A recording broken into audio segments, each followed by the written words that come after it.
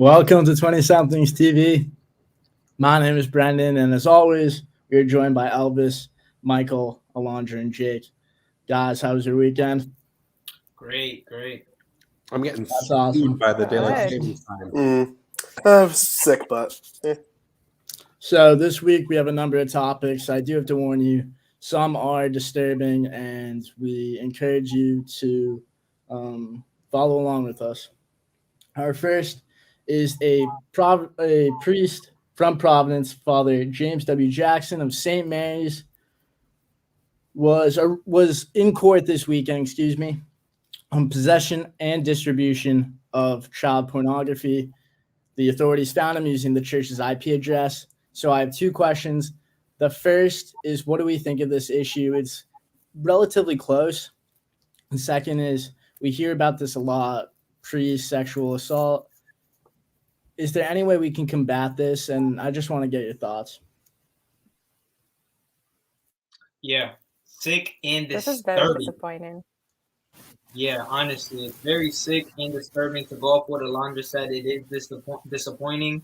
I would combat this by not holding a priest to such of a high hierarchy and like holding them to such of a high pedestal, so that when they do come down for this, it's not like, oh wow, breaking news, because you're not holding that person to such of a high pedestal. It's a regular person as well. They're human. They bleed too. Yes, they have followed different religions and gone through different paths in life to get to where they're at. But these people are capable of crimes, everyday crimes. This person is a convicted felon now because he wants to be having child pornography. This is wrong. It's completely wrong. It's an issue because we're talking about, for individuals who believe, who are part of this religion, they, like Elvis, you're saying, yeah, they kind of put a priest in a high place because they are expecting that person to lead as an example for what it is to be an individual of that religion. And it's just extremely disappointing when you are here, probably going to church how often you go, and you're listening to this person preach, and then you hear something like this. Like, what's going on in our society that this is something that continues to happen, even though it's been exposed so many times? Why is this still happening? Why do we find this inside our churches? There needs to be something done about that in terms of the people that we allowed to kind of like lead as examples for religions, because we need to respect each individual's religions, but this just makes a lot of people who might not believe question things even more, and it just creates a ball of confusion and just chaos. Well, that's the thing. There's so many people that look to religion, whatever religion it may be, or look to their spirituality for guidance, or it's something that gets them through the day, something they look forward to. One of my good friends, he went to Catholic school from kindergarten until he graduated high school. So that's like 12 years of Catholic school. His mother was wildly religious. And just last year, she got so fed up with all of these, this type of story. And then on top of that, here in Rhode Island, we've kind of been known to not have, our bishop tends to be a little bit more traditional and is very against things like the LGBTQ community and has spoken out on many different things. He made a statement about the vaccine, which wasn't so hot. And my friend's mom, she texted him one day and was like, we're not Catholic anymore. Like, I switched religions. Like, we're just not. Because it's so fed up with everything that's been happening. And a whole other aspect of it, like, I was, my parents, we went to church every Sunday. I still take my grandmother to church every Sunday.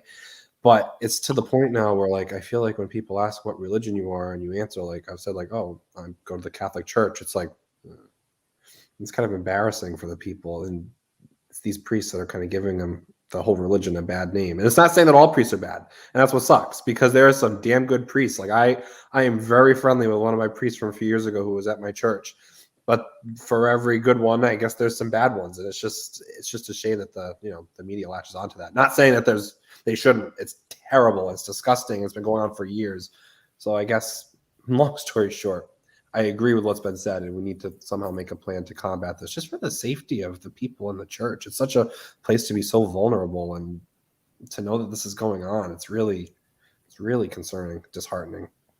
It's for the kids. Like, how do you, as a parent, bring your child to church and then they go to Sunday school and you don't know what's going on? Or you find out that the priest of that church is an individual who can potentially hurt children, even though these are just, they found like just pornographic content of some sort, but still, like, he must have some sort of intention. Who knows if he put these intentions into actions with any of the kids, which I sure would hope not. But it's just devastating because you're expecting this to be a safe place where you go worship, where you go try to have your children learn what your religion is and what you're trying to have them, live by. And this is happening. It's just very concerning. And I don't know, things need to change because this should not be a recurring thing. I definitely agree. Yeah, it's extremely sad. And for our next story, we're throwing on the gridiron. A team in California loses 106-0. Inglewood High School out of LA beats St. Bonaventures 106-0. Their quarterback, he's a 5-star recruit. His name is Justin Martin. He's going to UCLA. He threw for 13 touchdowns. The principal from the school released an apology stating, "We did not conduct ourselves with sportsmanship and integrity, and the final score was unacceptable." So, guys, I have two questions. One, why do you think this score wasn't stopped sooner? And then two, I want to get a sense of what you guys think about. I feel like we hear stories about this all the time, about teams losing by a lot and these different margins. I want to get your idea of, do you think that this helps the story? Do you think that this, makes this situation any better? Honestly, I'm going to call it complete mockery. The apology, the score, the coach, it's all complete mockery. They know they're just showing off for their 5-star recruit. They want to make the school look good. They want to make the coach look good. And, of course, the recruit look good. So it was a complete mockery at this point. If you wanted to stop the score, you could have been stopped it. What's the point of the letter, honestly? Like, 106, 13 touchdowns. Bro, come on now. Yeah, there's a point when it just gets to be a little disrespectful. You've made your point. You don't need to keep going. The point's been made. I'm sorry, but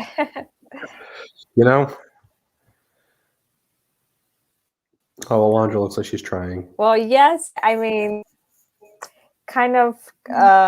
I totally understand what you guys are talking about, and there should be some sportsmanship behind it. But I feel like if you're playing a game and you're just in that space where, like, I'm just playing the game, I'm gonna keep playing. If nobody stops us, then you're gonna keep playing. If the other team perhaps didn't say, like, hey, like, I mean, I think we're pretty clear that we've lost, we should just end it here, then that's a different thing. If they would have been like, no, we're gonna play the full game. But I don't think that was the case. And sometimes it just happens that as an athlete, you're just trying to play and trying to have fun, maybe, even though the other team might not be having fun, but the winning team is. So they probably didn't see it as kind of an issue at the moment. Not to defend them, because you should still have sportsmanship, but like, as an athlete, sometimes you just want to play, and you're just really excited because your team is winning, so you don't think anything of it. Jake, any thoughts? Yeah, it's kind of hard because Elvis, you make a good point, because this guy's a 5-star athlete who's going to UCLA, and on the one hand, you're just propping him up and showing him off, so it's like you don't care about the other team. Then Alondra, on the other hand, it's probably a lot of those kids just want to play football, but there's like a fine line where, like, you can play football and like have fun and stuff, but like when it comes to the point where you're 106 points, what was it? Yeah, like 106. that's to nothing. To nothing. Like that's a little. No, that's not. It's very, very overboard. At some point, you just gotta be like, "We won." Just end the game or something. Like at some point, you just gotta stop. Now, you said how many touchdowns were from that one kid? Was it 13, you said? Someone? Yeah, I think it was 13. So I think another thing that we can look at is like, what do you think the other players on the team feel like? Like, they want some of the attention. It's not all about like this one guy. I mean, great, good for him, congratulations. But do you think that's kind of like overshadowing everyone else? It must make the other kids feel pretty shitty. Like if they're like, just trying to enjoy the game and they want their parents and their friends to be proud of them, but it's all about this one kid. I mean, even on their own team, I feel like that's kind of disrespectful in a way. Does that make sense? Yeah, that Yeah. totally does. Sorry, Elvis, what were you going to say? No, I was just agreeing. It makes sense. Sorry, I had to grab my charger really quickly. Our final story, it's another sad one. Former coach and teacher from North Kingstown, Aaron Thomas, is under fire for supposed fat checks with students and players. The students say that Thomas was inappropriately touched them and made comments towards them. The earliest is as 2006. Obviously, this is awful, and I want to see what you guys thought about the issue. I just think I have a lot to say about this, but I'll just start by saying one thing. I think it really sucks that these places that we're supposed to be trusting of, especially with our children, the youth, the kids, sending them to a place that they're supposed to be learning, being taken care of, being cared for when, families are at work or schools our lives until we're how old. And the fact that this is a place just kind of like the church, same thing. You're supposed to be able to trust these higher ups, trust your elders, your adults, your teachers, your priests, whatever. And to have that just be totally, totally, totally thrown out the window in the most inappropriate and disgusting way. It's such a shame. It's really just gross. It's so disgusting.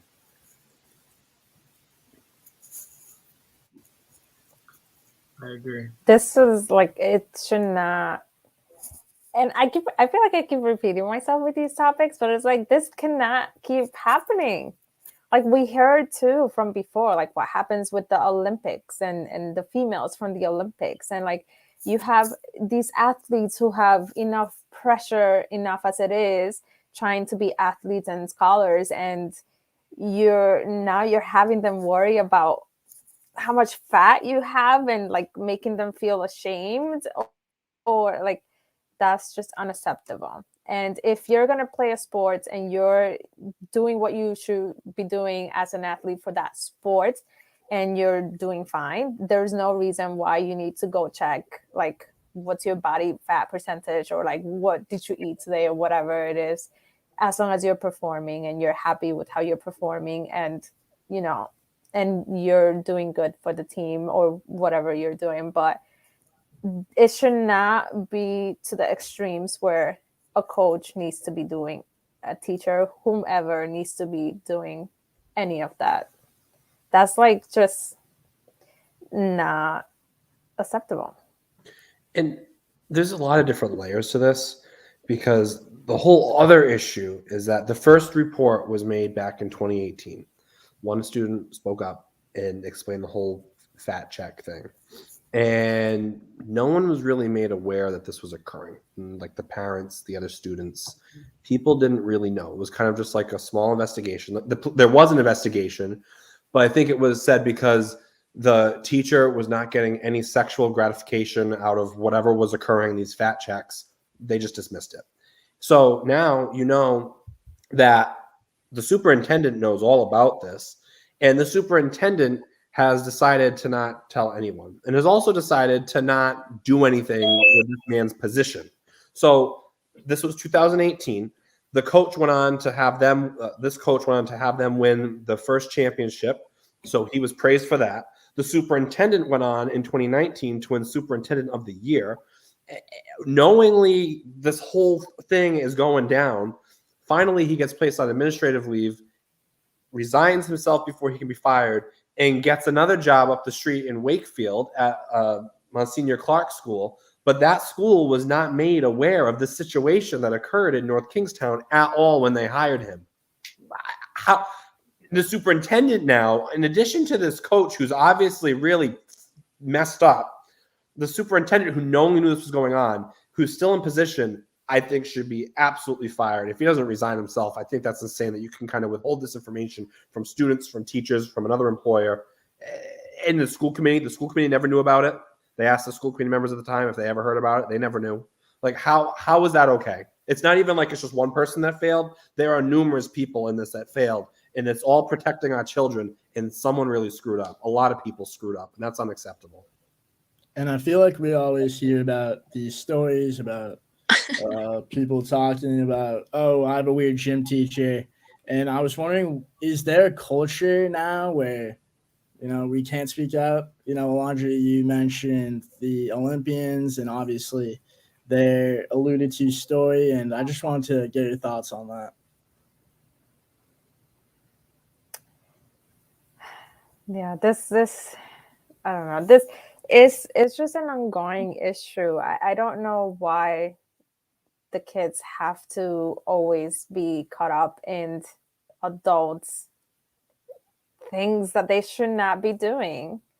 It's just not appropriate. Well, like Michael, you're saying, like if other people are aware of the situation and they're not doing anything to stop it, it's kind of more of like very selfish in a way, just because they want to prosper individually, like that, you're putting at risk the population that you should be protecting and that you should be teaching to be, better individuals. But it's kind of like, in some way, it's going to end up discouraging a lot of our kids and teenagers in school from trying to pursue careers in the athletic department, or like trying to do anything, because they might be afraid to get themselves into any similar situation. And like how we see, it goes back to 2018 and we're in 2021, and like this is happening. So it's just not paving a great path for the kids. And we're also added by Gianna really quick. If you could add any insight to this topic. Yeah, so I have interviewed female Olympians before on many topics about like gender, race, body image, which you guys were touching upon a little bit before. I emailed Christy Kirsch, who was in the recent Olympic Games, and then Laura Wilkinson, who actually won gold when we were all babies in 2000 or 2001. And they had a lot to say about this topic. So, like, what specifically do you want me to touch upon in that aspect? Yeah, our biggest one was the culture nowadays.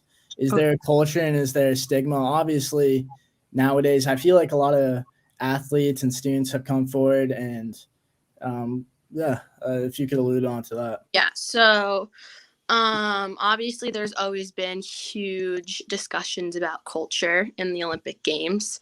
Obviously over the years it's gotten better. When I was interviewing Christy, she told me that she was like so happy with the amount of diversity that they were seeing, and so happy with the amount of like, just like everybody was just so welcoming. She said there wasn't like a disconnect with anybody who was there. It was more of like a family aspect. And she said that people weren't afraid to come up to them and people weren't afraid to talk to one another, which is like huge, because cultural diversity has been an issue for a very long time. But yeah, I feel like over the games, and we've seen it especially in the commercials with the Olympic Games this year that just happened, there was more inclusion and there was more just of everything, And what, going forward, how can we protect our athletes? What can we do? Is there anything really besides, I know that we are kind of looking out, I guess, on the situation, but is there anything that we can do? Yeah, I mean, you can just let the person be who they want to be and not say anything too harsh or too like uninformed, you know, like there's just so much that said, you know, with Simone Biles, for example, there was so much that was said about her in this Olympic Games when she decided to back out. And with her response, everybody was like, oh my God, I need to take a step back and actually think about myself in her shoes and why she made the decision that she made. And I feel like us as fans, you know, obviously we want to put ourselves in their shoes, but it's kind of difficult for us because we've never been an Olympian athlete and we've never had that pressure on our backs. So I feel like we as fans just need to support them 100%, and we just need to really understand what it's like to be an Olympian athlete and have so much pressure on you, but also just, you know, be somebody who's supportive. Don't treat people the way that you don't want to be treated. No, I totally agree. The pressure is immense. Mm-hmm.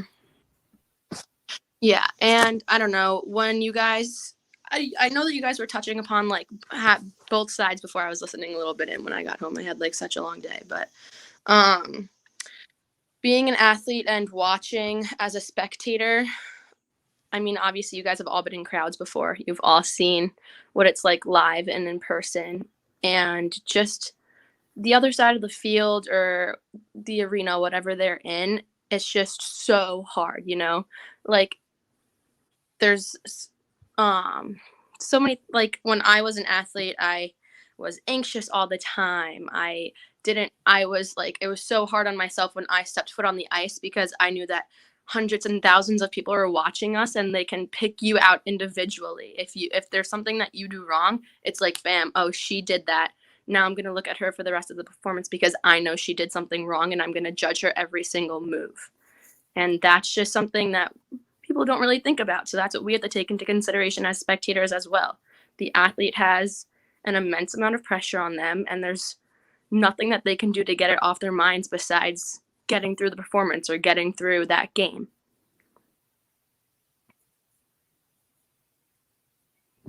Yeah, thank you for that. And thank you to Gianna. And thank you for tuning in, as always.